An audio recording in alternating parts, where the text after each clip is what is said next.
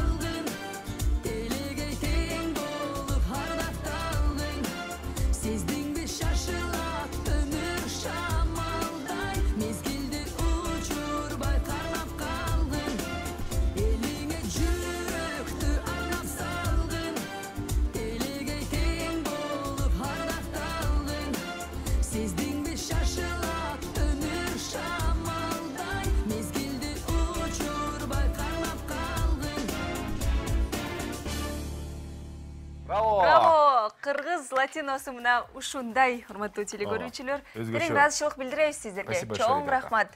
Бар болуңуздар. Рахмат. Бизде конокто Вегас шоу балети болду, өзгөчө.